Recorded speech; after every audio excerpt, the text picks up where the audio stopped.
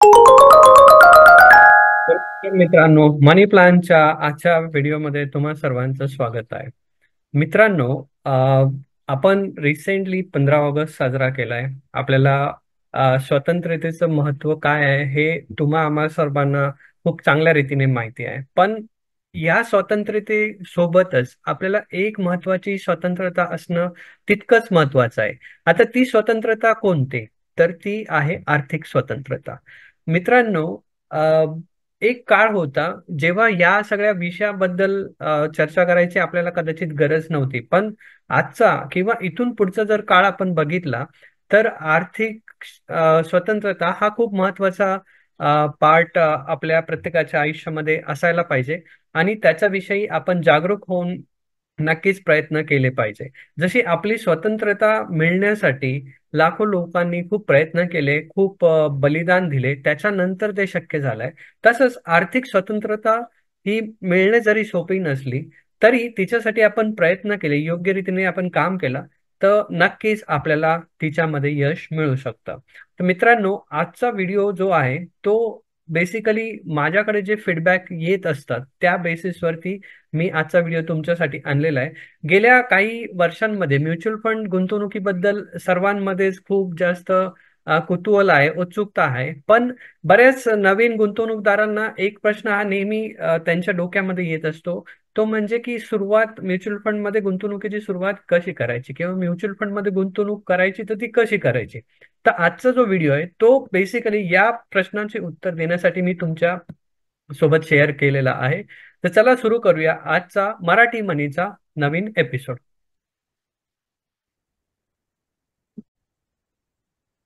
सांगितलं की आजचा व्हिडिओ आपण काय कव्हर करतो आजच्या व्हिडिओमध्ये, तर how to invest in mutual fund. Mutual fund मध्ये गुंतवणूक करायची आहे तर ती कशा पद्धतीने करताय. या व्हिडिओमध्ये आपण 5 स्टेप्स बघणार आहोत. ज्याच्यामध्ये पहिली जी स्टेप आहे ती म्युच्युअल फंड संदर्भात आपण माहिती घेणार आहोत बेसिक. दुसऱ्या स्टेपमध्ये आपण म्युच्युअल फंड कडून काय अपेक्षा ठेवू शकतो हे समजून घेणार आहोत. तिसऱ्या स्टेपमध्ये जे पण काही आपल्याला अडथळे असू शकतात या गुंतवणुकीच्या प्रवासामध्ये, ते काय असू शकतात ते आपण जाणून घेणार आहोत. चौथ्या स्टेप्स मध्ये आपण स्कीम कशी निवडायची किंवा स्कीम सिलेक्शन करताना काय गोष्टी आपल्याला लक्षात घ्यायला पाहिजे ते बघणार आहोत. आणि पाचव्या स्टेप मध्ये सुरुवात कशी करायची ते बघणार आहोत. तर जो महत्वाचा स्टेप आहे की म्युच्युअल फंड संदर्भात माहिती समजून घेणे. आता तुमच्यापैकी बरेच लोकांना बरीच माहिती म्युच्युअल फंड बद्दल नक्कीच असेल आणि असे पण काही लोक असतील ज्यांना म्युच्युअल फंड संदर्भात काहीच माहिती नाहीये. तर मित्रांनो, बेसिकली म्युच्युअल फंड एक्झॅक्टली आहे काय, तर म्युच्युअल फंड हा बेसिकली एक आपण जसं म्हणतो ना, एक लोकांचा ग्रुप आहे. ज्या ग्रुपनी समजा जसं आपण बीसी करतो, तर बीसी मध्ये जसं आपण काही जण एक ग्रुप असतो, तो बीसी साठी आपलं कॉन्ट्रीब्युशन देतो आणि सगळे मिळून एक फंड तयार होतो आणि तो फंड मग ज्याची बीसी लागते त्याला तो दिला जातो. तो त्याच पद्धतीने म्युच्युअल फंडचे काम हे चालते. म्युच्युअल फंड मध्ये तुमच्यासारखे इंडिव्हिज्युअल लाखो इन्व्हेस्टर्स एकत्र येतात आणि जो तो आपापल्या परीने जी पण त्याला गुंतवणूक करायची ती गुंतवणूक करतो आणि सगळा जो काही टोटल फंड बनतो तो जो फंड आहे कोणाला दिला जातो, तर तो फंड एका फंड मॅनेजरला दिला जातो. ज्याचं काम काय आहे, तर तुम्ही जो दिलेला फंड आहे त्याचा व्यवस्थितपणे नियोजन करणे किंवा त्याचे व्यवस्थितपणे नियोजन करून त्याच्यामधून चांगल्यातले चांगले रिटर्न निर्माण करणे हे त्या फंड मॅनेजरचे काम असते. आता बऱ्याच कंपन्यांमध्ये एकापेक्षा जास्त फंड मॅनेजर असू शकतात. तुम्ही जर एखादी स्कीम निवडली तर त्या स्कीम मध्ये कदाचित एकपेक्षा जास्त फंड मॅनेजर असू शकतात किंवा पूर्ण एक टीम असू शकते जी पूर्णपणे त्या स्कीमच्या बद्दल डिसिजन्स घेऊ शकते. तर ते कंपनी टू कंपनी बदलू शकताय, पण साधारणपणे म्युच्युअल फंड म्हणजे काय ते मी तुम्हाला इथे सांगितलंय. आता म्युच्युअल फंड काय आहे हे आपण समजलं. तर म्युच्युअल फंड मध्ये काही वेगळे प्रकार असतात का? कारण तुम्ही कदाचित ऐकलं असेल, वाचलं असेल की एक एक एखादा तुमचा मित्र तुम्हाला ए स्कीम सांगतोय, एखाद्या आर्टिकल मध्ये तुम्ही बी स्कीम वाचताय, एखाद्या टीव्ही शो मध्ये कदाचित सी स्कीम सांगितली जाते. तर असे बरेच वेगवेगळ्या प्रकारचे नावं तुम्ही कानावर ऐकले, तुमच्या कानावर पडलेले असतील. पण आपण जर कन्सोलिडेटेड बघितलं तर एक मोगम यांनी बघितलं तर म्युच्युअल फंडचे टाईप हे 3 प्रकारचे टाईप असतात. पहिला जो टाईप असतो तो इक्विटी फंड असतो. तर इक्विटीचं फंड म्हणजे काय, तर त्याच्या नावामध्येच आपल्याला अर्थ समजू शकतो. इक्विटी फंडचा अर्थ सेबीने जे काही इक्विटी फंडची जी काही व्याख्या बनवून दिलेली आहे, किंवा इक्विटी फंड म्हणण्यासाठी त्या स्कीमनी इक्विटी मध्ये किती पर्सेंटेज गुंतवणूक करायला पाहिजे हे सेबीने नियम काढून दिलेले आहेत. त्याला अनुसरून जी स्कीम त्या क्रायटेरियाला काय म्हणतात त्याला पात्र ठरते, तिला आपण इक्विटी फंड असे म्हणू शकतोय. दुसरा जो टाईप आहे तो डेट फंड आहे. तर डेट फंडचा अर्थ अशा स्कीम की ज्यांचा जास्तीत जास्त हिस्सा जो आहे फिक्स व्याज मिळणाऱ्या गुंतवणुकीमध्ये गुंतवला जातो, किंवा जिथे त्यांना फिक्स इंटरेस्ट मिळणार असतं, अशा प्रकारच्या स्कीम मध्ये ते पैसे टाकले जातात. तर तशा पद्धतीच्या फंडला आपण डेट फंड म्हणू शकतो. आणि हायब्रिड म्हणजे काय, तर हायब्रिड म्हणजे या इक्विटी आणि डेट या दोघांचं कॉम्बिनेशन करून एक प्रकार तयार केला जातो, त्याला आपण हायब्रिड स्कीम असं म्हणू शकतोय. तर तुम्ही जेव्हा एखादी स्कीम तुम्ही माहिती घेता, तर त्या स्कीमच्या जे काही महत्वाचे डॉक्युमेंट असतात, स्कीमचे रिलेटेड जे काही माहिती पत्र असतात, त्याच्यामध्ये त्या स्कीमचं स्वरूप कसं असणार आहे, त्या स्कीमची गुंतवणूक इक्विटीमध्ये किती असणार आहे, किंवा फिक्स रिटर्न प्रॉडक्टमध्ये किती असणार आहे, किंवा कॉम्बिनेशन कसं असणार आहे पर्सेंटेज प्रमाणे, हे मेन्शन केलेलं असतं. तर ते तुम्ही त्या डॉक्युमेंट मधून जाणून घेऊ शकता. आता जसं आपण बोललो की 3 प्रकारचे टाईप आहेत, तर साहजिकच या 3 प्रकारचे टाईपची जो काही परफॉर्मन्स आहे किंवा रिटर्न्स आहे ते पण वेगळेच असणार आहे, ते एकसारखे नसणार आहे. कारण इक्विटी फंड जेव्हा आपण म्हणतो तेव्हा इक्विटी फंड मध्ये अंदाजे आपण 65, 70, 75% पेक्षा जास्त इक्विटी शेअर्स मध्ये ती पैसे गुंतवले जातात. तेच जर आपण डेट फंड मध्ये बघितलं तर डेट फंड मध्ये कदाचित जे काही फिक्स इंटरेस्ट देणारे डिपॉझिट्स आहे, बॉन्ड्स आहे, तर त्याच्या साधारण 60, 65, 70% तशा प्रकारच्या इन्स्ट्रुमेंट मध्ये ते पैसे गुंतवले जातात. तर नॅचरली इक्विटी फंड आणि डेट फंड यांचे जे काही ऍक्च्युअल येणारे जे रिटर्न्स आहेत ते वेगळे असू शकतात, कारण त्याच्यातलं जे आतलं जे कंटेंट आहे ते वेगवेगळं आहे. तर आपण जर मागच्या 10 वर्षाचा एक अंदाजे परफॉर्मन्स बघितला या प्रत्येक कॅटेगरीचा, तर तो आपण इथे समोर बघतोय. इक्विटीसाठी साधारणपणे आपण एक 15% ऍव्हरेज पकडू शकतोय. डेटसाठी साधारणपणे 6 ते 7% पर्यंत आपण अंदाजे पकडू शकतोय. हायब्रिड फंडसाठी आपण साधारणपणे 8 ते 12% अंदाजे पकडू शकतोय. हे एक अंदाज आपण पकडतोय. हे काही जरुरी नाही की हा जो अंदाज आहे हा असंच ऍक्च्युली तुम्हाला रिझल्ट भविष्यामध्ये देईल. हा फास्ट परफॉर्मन्स आहे, आणि जरुरी नाही आहे की फास्ट परफॉर्मन्स हा ऍज इट इज तुम्हाला भविष्यामध्ये भेटू शकतो. कदाचित तो जास्त पण मिळेल किंवा कदाचित तो कमी पण मिळू शकेल. अच्छा, याच्यामध्ये अजून एक महत्वाचा पॉइंट असा आहे की बऱ्याच लोकांना मी बोलताना ऐकलेलं आहे की म्युच्युअल फंड मध्ये फिक्स इंटरेस्ट मिळतं. तर हे एकदम चुकीचं आहे. म्युच्युअल फंड मध्ये पहिली गोष्ट, म्युच्युअल फंड ही एक व्हॅरिएबल रिटर्न देणारी स्कीम आहे. तर जेव्हा ती व्हॅरिएबल रिटर्न देणारी स्कीम आहे तेव्हा तुम्ही तिचे जे काही पर्सेंटेज आहे किंवा तिच्यामध्ये किती रिटर्न मिळेल हे आपण ठरवू शकत नाही, किंवा ते फिक्स असू शकत नाही. ती काही एफडी नाहीये जिच्यामध्ये एक तुम्हाला फिक्स व्याज दिलं जातं. पण म्युच्युअल फंड मध्ये जेव्हा तुम्ही पैसे टाकतात, भले ते इक्विटी स्कीम असेल, डेट स्कीम असेल, किंवा हायब्रिड असो, कोणत्याही प्रकारच्या एक म्युच्युअल फंड मध्ये जेव्हा तुम्ही पैसे टाकतात तेव्हा तिचा जो परफॉर्मन्स हा त्याच्यामधून जे मिळणारे रिटर्न आहे हे व्हॅरी होऊ शकते. हे फिक्स नसणारे, आणि त्याला आपण रिटर्न म्हणतो, तिथे आपण इंटरेस्ट हा शब्द वापरू शकत नाही. आता इथे समोर तुम्ही बघतायत एक एक्झाम्पल म्हणून इक्विटी फंड्स म्हणजे काय, तर इन्व्हेस्ट प्रायमरीली इन स्टॉक, म्हणजे जास्तीत जास्त जो काही त्यांचा फंडचा जो हिस्सा आहे तो जास्तीत जास्त ते शेअर्स मध्ये गुंतवणार.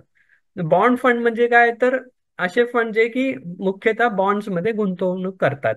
मनी मार्केट फंड झालं, हे पण त्याच पद्धतीने गुंतवणूक करतात. शॉर्ट टर्म हाय क्वालिटी जे काही बॉन्ड्स असतात किंवा फिक्स इंटरेस्ट प्रॉडक्ट असतात त्याच्यामध्ये ते पैसे गुंतवतात.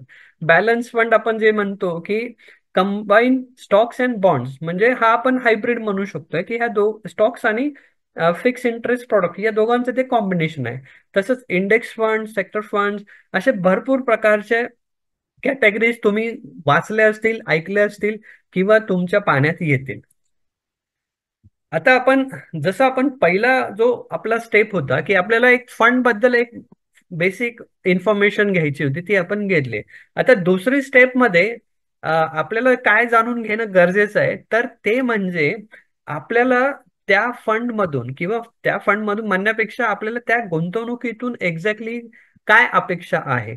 आता मला जर कोणी विचारलं तर मला कदाचित अपेक्षा असेल की मला माझं जी काही मूळ रक्कम आहे तिच्यामध्ये खूप वाढ जरी झाली नाही तरी चालेल, पण मला ठराविक पिरियड नंतर माझी मूळ रक्कम सही सलामत भेटली पाहिजे, अशी माझी अपेक्षा असू शकते. तेच तुमच्यापैकी एखाद्याची अशी अपेक्षा असू शकते की मूळ रकमेपेक्षा जास्तीत जास्त चांगली वाढ त्यांना हवी असेल, असं होऊ शकतंय. तर प्रत्येकाचं अपेक्षा वेगवेगळी असू शकते, गुंतवणूक करण्याचा उद्देश हा वेगवेगळा असू शकतोय, आणि एकच कॉमन गोष्ट आपण सर्वांना देऊ शकत नाही. तुम्ही तुमच्या मित्राने एक स्कीम घेतली म्हणून तुम्ही ती घ्यावी, किंवा कोणी तुम्हाला सांगितलं की मी ही स्कीम घेतली तर तू पण घे, असं तुम्ही जर करत असाल तर ते योग्य नाही होणार. कारण म्युच्युअल फंड ही काही अशी वस्तू नाही की जी एकच गोष्ट सर्वांना फिट होऊ शकेल, किंवा म्युच्युअल फंड मधली पर्टिक्युलर स्कीम जी आहे ती सगळ्याच गुंतवणूकदारांना सोयीस्कर होईल, सुटेबल होईल असं होणार नाही. ज्याच्या ज्याच्या प्रमाणे ती स्कीम त्याला निवडणं तितकंच गरजेचं आहे. आता जेव्हा आपण म्हणतो की म्युच्युअल फंड मधून तुम्हाला काय अपेक्षा आहे हे तुम्ही जाणून घेणं गरजेचं आहे, पुढच्या सेकंड स्टेपमध्ये जेव्हा आपण एंटर करतोय, तर त्या संदर्भात कोणते महत्वाचे पॉइंट्स तुम्हाला लक्षात घ्यायला पाहिजे ते आपण इथे बघतोय. सर्वात महत्वाचा की एक पॉइंट आपण म्हणू शकतो तो म्हणजे लिक्विडिटी. या जे काही 4-5 पॉइंट मी इथे एक्झाम्पल म्हणून इथे तुमच्या सोबत शेअर केलेले आहे, तर याच्यापेक्षाही काही जास्त पॉइंट्स एक्स्ट्रा असू शकतात, पण मी एक माझ्या काय म्हणतात ना, माझ्या एक्सपिरियन्स नुसार आणि लोकांच्या फीडबॅकनुसार सरासरी मी एक कन्सोलिडेटेड जे महत्वाचे की पॉइंट्स मला वाटले ते मी इथे तुमच्याशी डिस्कस करतोय. तर लिक्विडिटी हा एक महत्वाचा पार्ट आहे. लिक्विडिटीचा अर्थ काय, तर काही लोकांची गरज अशी असू शकते की त्यांना 3 वर्षांनी किंवा 4 वर्षांनी त्यांना पैसे लागणारच लागणार आहे. त्यांच्या मुलांचं शिक्षण आहे, किंवा घरी लग्न आहे, किंवा अजून काही उद्देश असतील, घर घ्यायचं असेल, तर त्याच्यासाठी त्यांना आज जे पण ते गुंतवणूक करतायत ती त्या ठराविक पिरियड संपल्यानंतर त्यांना ती लागणारच लागणार आहे. ती त्यांना मिस करून चालणार नाही. तर अशा कंडिशन मध्ये मग त्या व्यक्तीने लिक्विडिटीसाठी प्रॉपर स्कीम तेवढ्याच हिशोबाने निवडणं गरजेचं आहे. एक योग्य स्कीम अशी निवडायला लागेल की जी त्यांना त्यावेळेसच्या पिरियड मध्ये जो त्यांना फंड साईज हवाय ती त्यावेळेस वेळेवर ती देऊ शकेल. काही व्यक्ती असे असू शकतील की ज्यांच्याकडे आज एक समजा लमसम अमाऊंट आहे, उदाहरणार्थ की समजा माझ्याकडे एक 50 लाख रुपये आहे आणि मला हे 50 लाख रुपये फंड मध्ये टाकल्यानंतर एक ठराविक इन्कम मला मिळालं पाहिजे असं मला अपेक्षा आहे त्या फंड कडून, किंवा अशी माझी गरज आहे. तर मी त्या पद्धतीने स्कीम निवडणं गरजेचं आहे. काही जण असे असतील, कदाचित मला वाटतं या कॅटेगरीत बरेच लोक, बऱ्याच प्रमाणात लोक या पर्टिक्युलर पॉइंटला काय म्हणतात ना, मान्य करतील की मला परफॉर्मन्स जास्त चांगला हवाय. मी आज जे पण काही गुंतवणूक करतोय तर माझी जी काही गुंतवणूक आहे ती जास्तीत जास्त चांगल्या रीतीने ती वाढली पाहिजे, अशी अपेक्षा असू शकते. किंवा परफॉर्मन्सचा अर्थ आपण रिटर्न पण म्हणू शकतोय. काही जण जर असे असू शकतात की त्यांना पैसे कधी लागणारे किंवा कधी काढायचे हे त्यांना आज माहिती नाहीये. त्यांना दर ठराविक पिरियडला त्यांना इन्कम हवंय असं पण गरज नाहीये. त्यांना खूप जास्त रक्कम वाढलेली पाहिजे असं पण नाहीये. पण त्यांना जी काही मुद्दल देत आहे त्याची सुरक्षितता त्यांना महत्वाची आहे. तर मग त्या व्यक्तीसाठी वेगळ्या प्रकारची स्कीम त्याला निवडायला लागेल, म्हणजे त्याला अनुसरून त्याला ती स्कीम निवडणं गरजेचं आहे. काही जण असे असतील की ज्यांना गुंतवणूक करताना तिच्यामधून त्यांना टॅक्स बेनिफिट मिळाला पाहिजे अशी त्यांची अपेक्षा असेल, तर मग त्यांना तशी स्कीम निवडणं गरजेचं आहे. तर जेव्हा आपण म्युच्युअल फंड गुंतवणुकीचा विचार करतो, तेव्हा ते करण्याबरोबरच आपल्याला पुढची स्टेप म्हणून या सगळ्या गोष्टींचा आढावा घेणं गरजेचं आहे. आपल्यासाठी liquidity, income, performance, security, taxation हे वेगळं असू शकतंय, आणि आपल्या मित्रासाठी किंवा दुसऱ्यासाठी कदाचित हे जे काही 5 पॉइंट आहे याच्या पॅरामीटर्स वेगवेगळे असू शकतात. तर ते समजून घेणं तेवढं महत्वाचं आहे. आता जेव्हा आपण थर्ड स्टेप मध्ये एंटर करतोय, तिसरा स्टेप आपण बघतोय की आपण गुंतवणूक सुरू करायची आहे. आपण त्या फंडच्या गुंतवणुकीतून आपल्याला काय अपेक्षा आहेत किंवा काय गरज आहे ते आपण ठरवलं किंवा जाणून घेतलं. आता त्याच्यासोबत पुढे आपल्याला काय अडथळे येऊ शकतात किंवा याच्यामध्ये काय अडचणी असू शकतात ते आपण जाणून घेणार आहोत. तर याच्यातल्या काही जे काही अडचणी म्हणू शकतो, त्या अडचणी आज आपल्याला कदाचित माहिती असतील किंवा माहिती नसतील. या दोन्ही प्रकारच्या अडचणी आपण अ, जेव्हा गुंतवणूक सुरू करू तेव्हा आपल्या समोर येऊ शकतात. तर पहिली म्हणजे ज्या माहितीतल्या अडचणी आहेत, त्यातली पहिली अडचण म्हणू शकतो किंवा क्रायटेरिया म्हणू शकतो जो की कन्सिडर करायला पाहिजे, तो म्हणजे रिस्क. तर रिस्कचा अर्थ की जसं आता तुम्ही म्हटले किंवा मला परफॉर्मन्स हवाय, चांगला परफॉर्मन्स हवाय, आणि जास्तीत जास्त रिटर्न आले पाहिजे. पण जेव्हा आपण चांगला परफॉर्मन्स म्हणतो, तेव्हा त्या चांगल्या परफॉर्मन्स सोबत आपल्याला तेवढी जास्त रिस्क घेणं पण गरजेचं आहे. आपल्याला स्कीम्स तशा निवडायला लागतील ज्या की जास्त व्होलाटाईल असतील. मग जर त्या स्कीम व्होलाटाईल आहेत, तर जशा त्या चांगल्या मार्केटमध्ये वाढतील, तशा त्या खराब मार्केटमध्ये तेवढ्या खाली पण येतील. तर ही रिस्क आहे, ही समजून तुम्हाला घेणं तेवढंच महत्वाचं असणार आहे. दुसरी गोष्ट, जसं आपण मागच्या याच्यामध्ये बघितलंय की टाइम हा एक महत्वाचा फॅक्टर आहे. तुम्हाला जर गुंतवणूक करताना तुमच्या डोक्यामध्ये काही आर्थिक उद्दिष्ट आहे ठराविक. समजा तुम्हाला 2 वर्षांनी, 5 वर्षांनी तुम्हाला काही एक फिक्स रक्कम लागणार आहे जी आज तुम्ही गुंतवणूक करणार आहात. तर याचा अर्थ काय की तुमच्याकडे टाइम ठरलेला आहे, तुम्हाला टाइम लिमिटेड आहे. तर तुम्ही टाइमला धरून, तुमचं रेस समजून तशी स्कीम निवडणे गरजेचं आहे. तरच त्याचा फायदा तुम्हाला होऊ शकतो. नाही तर बऱ्याच वेळेस असं होतं की आज आपण फक्त काय म्हणता ना, मला 5 वर्षांनी पैसे लागणार आहे म्हणून मी गुंतवणूक करतोय. पण मग मी रिस्कचं काय म्हणता ना, रिस्कचं क्रायटेरिया मी कन्सिडर करत नाही आणि मी खूप अग्रेसिव्ह स्कीम मध्ये गुंतवणूक करतो. 5 वर्ष जेव्हा होतात तेव्हा कदाचित मार्केट खाली असल्यामुळे मला जी काही अमाऊंटची गरज असते, त्यावेळेस मला जो काही फंड लागणार असतो तो मला नाही घेता येत, कारण त्यावेळेस मी जी काही गुंतवणूक टाकलेली ती खूप खाली असते, कारण मी रिस्क प्रॉपरली कन्सिडर केली नाही, मी फक्त टाइम कन्सिडर केलाय. तर नुसतं रिस्क कन्सिडर करणं किंवा नुसतं टाइम कन्सिडर करून चालणार नाही. तुम्हाला या दोघांचं योग्य कॉम्बिनेशन, तुमच्या गरजेला अनुसरून कोणतं सूट होईल ते समजणं गरजेचं आहे. आणि ह्या दोन महत्वाच्या अडचणी तुम्हाला लक्षात घेणं तेवढंच गरजेचं आहे. आता याच्या पुढचा जो पॉइंट आहे तो रिसोर्सेस. तर जसं आपण या उदाहरणामध्ये बघितलं की तुमची रिस्क कशी वाढू शकते, तर याचा अर्थ की वो तुमच्याकडे रिसोर्सेस कसे आहेत, तुमचं इन्कम स्टेबल असेल, तुमच्याकडे बॅकअप इन्कम सोर्सेस असतील. आज तुम्ही जी गुंतवणूक केली आहे, 5 वर्षांनी तुम्ही काढायचा प्लॅन आहे आणि तुम्ही जास्त वोलाटाईल स्कीम मध्ये ते टाकलेले आहेत पैसे, पण 5 वर्षानंतर मार्केट खाली असल्यावरती जर तुमच्याकडे दुसरे रिसोर्सेस अवेलेबल असतील त्यावेळेस, जेणेकरून त्यावेळेसची तुमची जी गरज आहे ती तुम्ही भागवू शकत असाल, तर नक्कीच त्यावेळेस तुम्हाला मदत होणार आहे. त्यामुळे तुमचे रिसोर्सेस कसे आहेत, किती स्ट्रॉंग आहेत, तुमचा बॅकअप कसा आहे, हे जर तुम्हाला माहिती असेल तर रिसोर्सेस ही अडचणपेक्षा मदत करणारी ठरू शकते. तर ह्या झाल्यात काही काय म्हणता ना, माहितीतल्या अडचणी किंवा माहितीतल्या क्रायटेरिया म्हणू शकतो. काही क्रायटेरिया असे असू शकतात की जे आज आपल्याला माहिती नाही. आज आपण गुंतवणूक सुरू केली आहे. आपण समजा आपला एखादा बिझनेस आहे किंवा आपण समजा जॉब करतो आणि आपण एक गुंतवणूक सुरू केली आहे. आता आपण 5, 7 वर्ष, 10 वर्षासाठी आपण गुंतवणूक करायचं आहे आणि सगळं प्लॅन केलंय, आपली रेस समजून आपण स्कीम निवडली आहे. आणि रिसोर्सेस आपल्याला माहिती आहे की आपल्याला सॅलरी मिळणार आहे किंवा आपला बिझनेस चांगला चालू आहे, त्याने आपण कंटिन्युटी पण मेंटेन ठेवतो कारण रिसोर्सेस आपल्याकडे चांगले आहेत.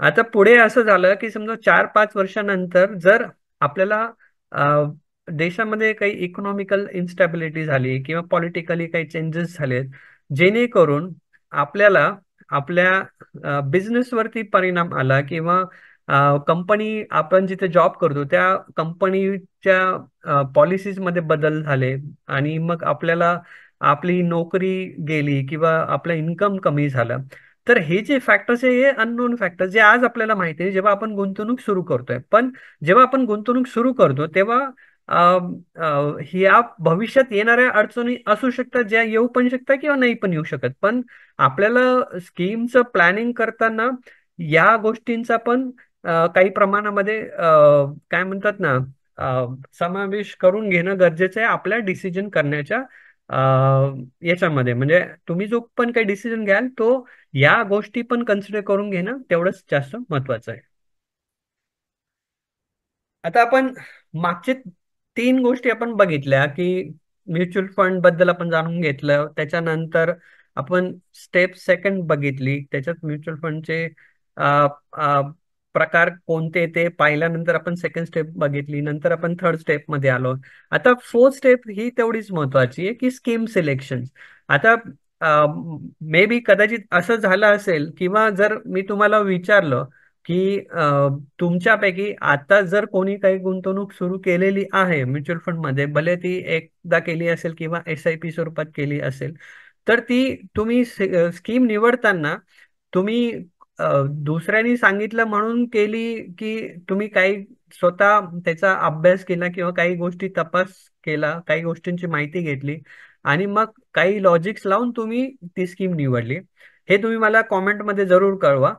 अच्छा, आता याच्यामध्ये स्कीम सिलेक्शन मध्ये काही गोष्टी खूप महत्वाच्या असतात. त्यातला सर्वात महत्वाचा पार्ट असतो तो म्हणजे एक तर टाइमचा अर्थ की जेव्हा मी एखाद्या स्कीम मध्ये किंवा एखाद्या म्युच्युअल फंडच्या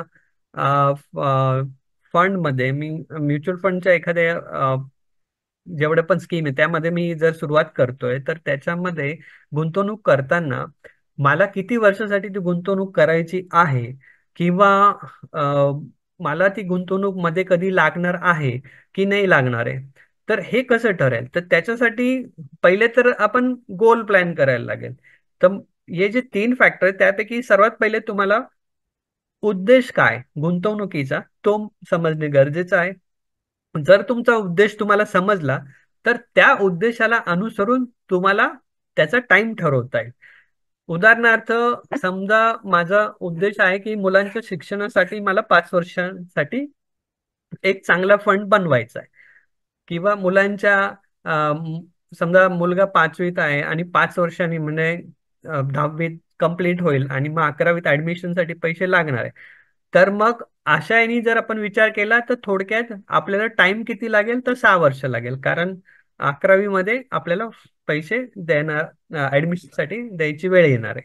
तर मग जेव्हा तुम्ही गोल ठरवता तेव्हा गोलला अनुसरून तुम्हाला टाइम किती लागणार हे एक अंदाज तुम्हाला बांधता येतो.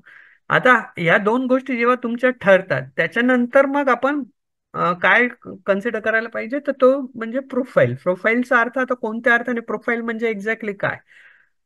तर प्रोफाईलचा अर्थ खूप वाईड यांनी आपण बघू शकतो, त्याच्यामध्ये बऱ्याचशा गोष्टी येऊ शकतात.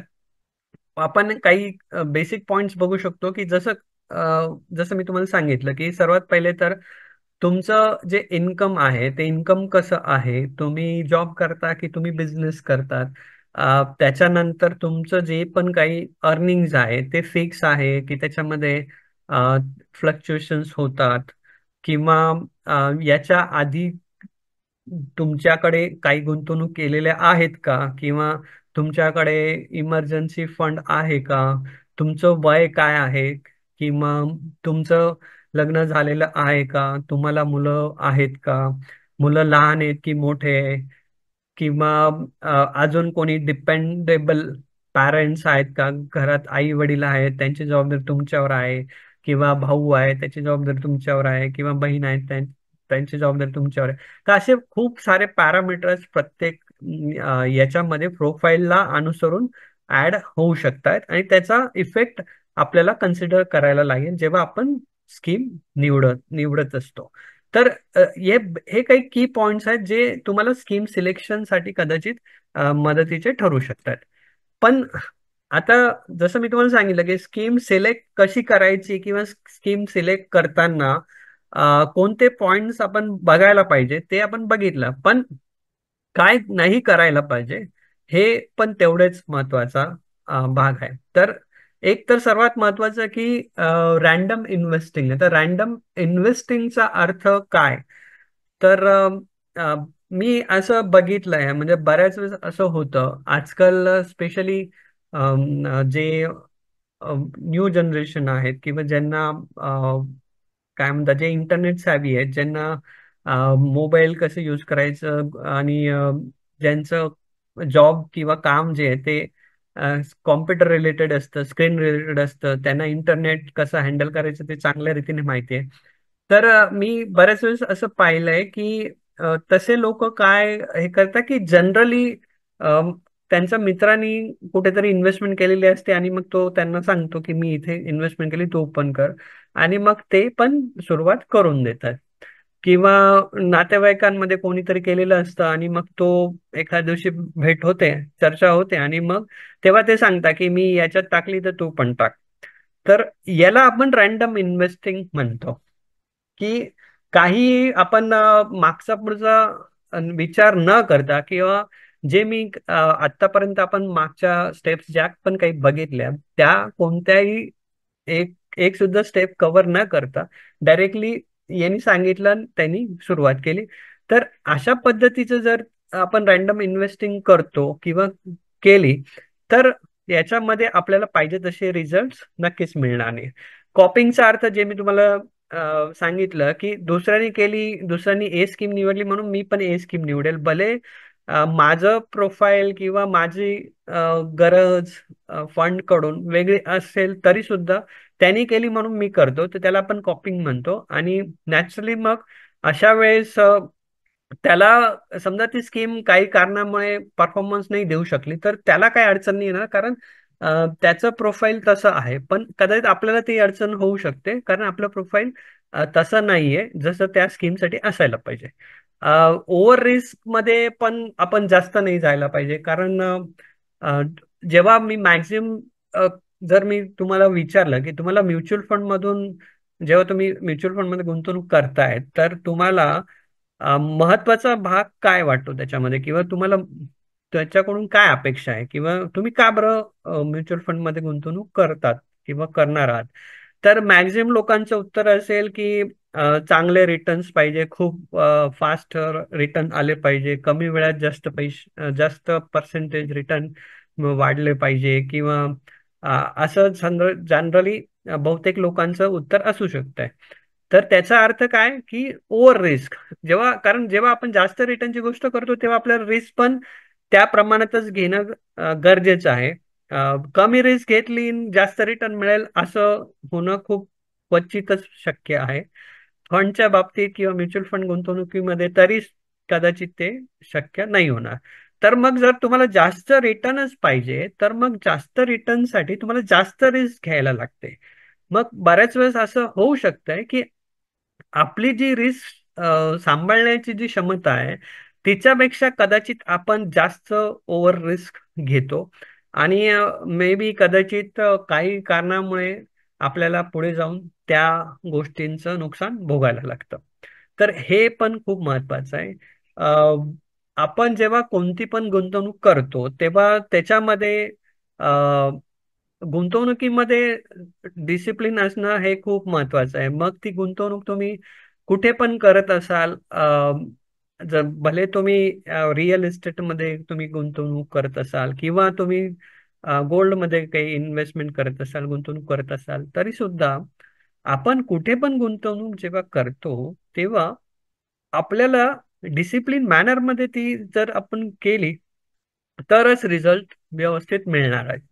तर हा नियम जेव्हा आपण म्युच्युअल फंड मध्ये गुंतवणूक करतोय, फायनान्शियल ऍसेट्स मध्ये जेव्हा आपण गुंतवणूक करतो, तेव्हा इथे पण हाच नियम तसाच लागू होणार आहे.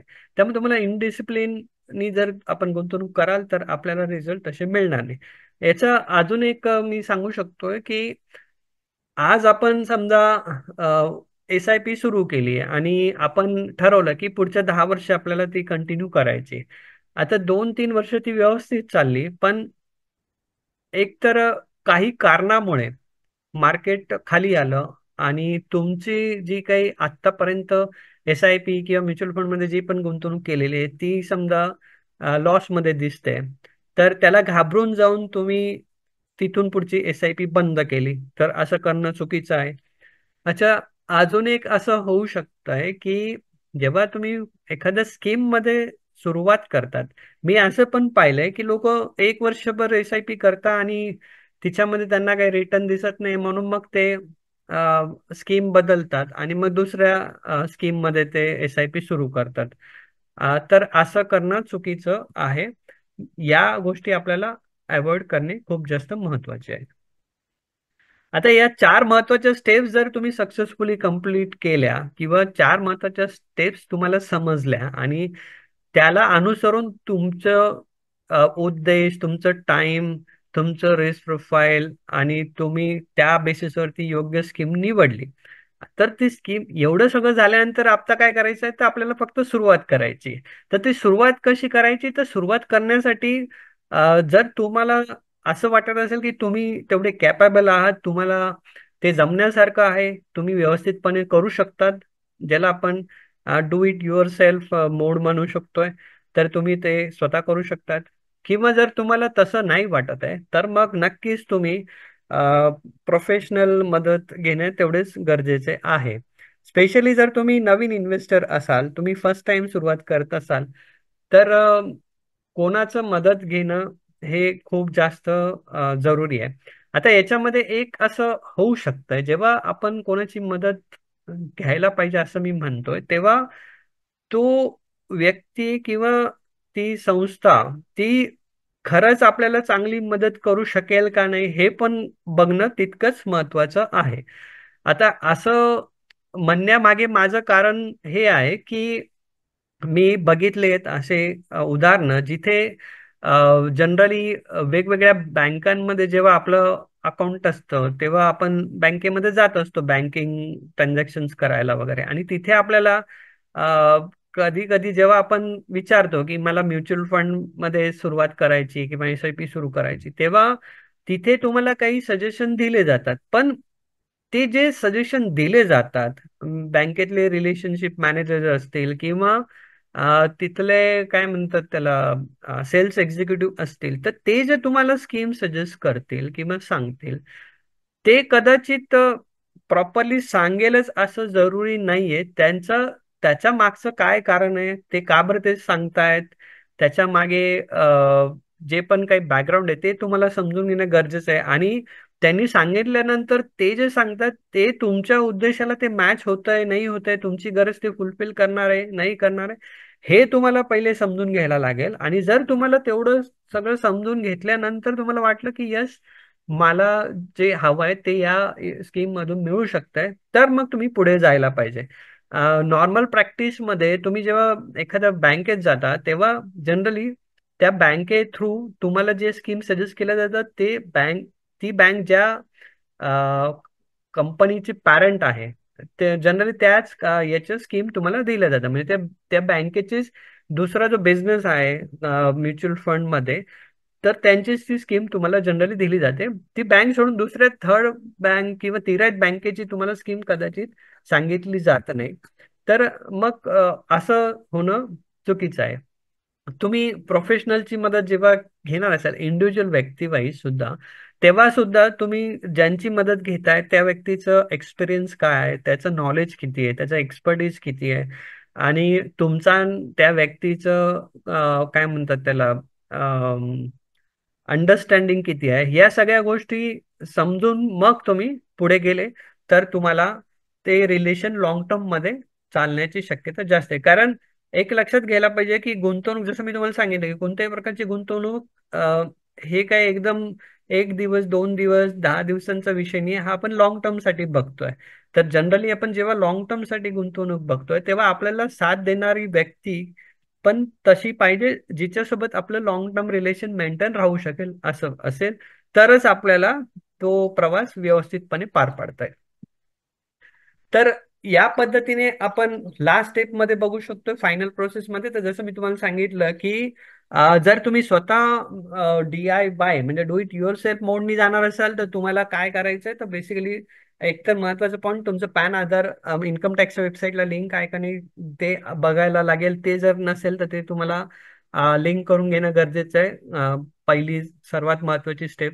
त्याच्यानंतर दुसऱ्या पार्टमध्ये तुम्हाला केवायसी कंप्लीट करायची. तर केवायसी कंप्लीट करण्यासाठी तुम्ही जी स्कीम निवडली त्या स्कीमच्या ऑफिसमध्ये जाऊ शकतात किंवा त्या स्कीमच्या रजिस्टरकडे जाऊन तुम्ही तुमचे केवायसीचे फॉर्मॅलिटीज कंप्लीट करू शकताय.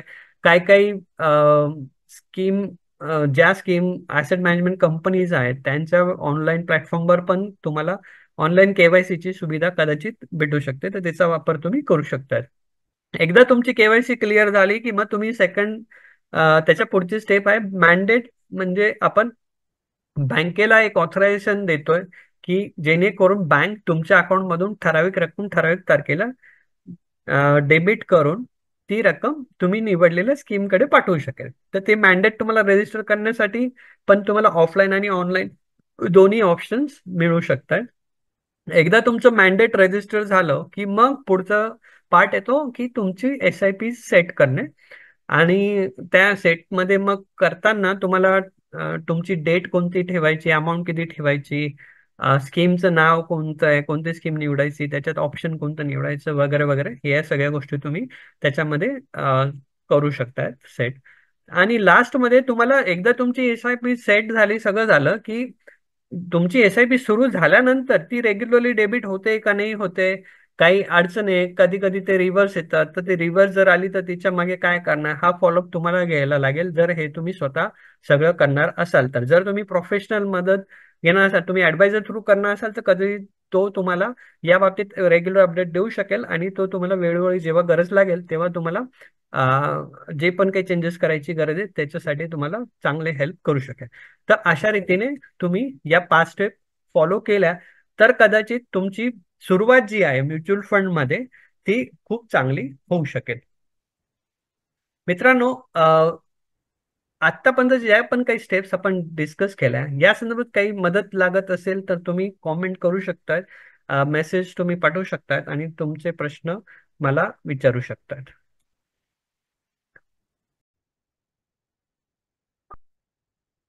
बघितलं आपण म्युच्युअल फंड मध्ये सुरुवात करण्यासाठी या 5 स्टेप किती महत्वाच्या आहेत ते. मला खात्री आहे की जेव्हा तुम्ही प्रॉपरली या सगळ्या 5 स्टेप्स फॉलो कराल तर तुम्हाला मिळणारे जे रिझल्ट आहेत ते आता तुम्हाला जे पण काही रिझल्ट मिळाले असेल त्याच्यापेक्षा खूप जास्त चांगले असू शकतात. अजून एक महत्वाची गोष्ट मित्रांनो, आम्ही तुमच्यासारख्या नवीन गुंतवणूकदारांना कायम मदत करत असतो आणि तुमच्यासारखे अनेक गुंतवणूकदार आमच्याकडून मार्गदर्शन घेत असतात.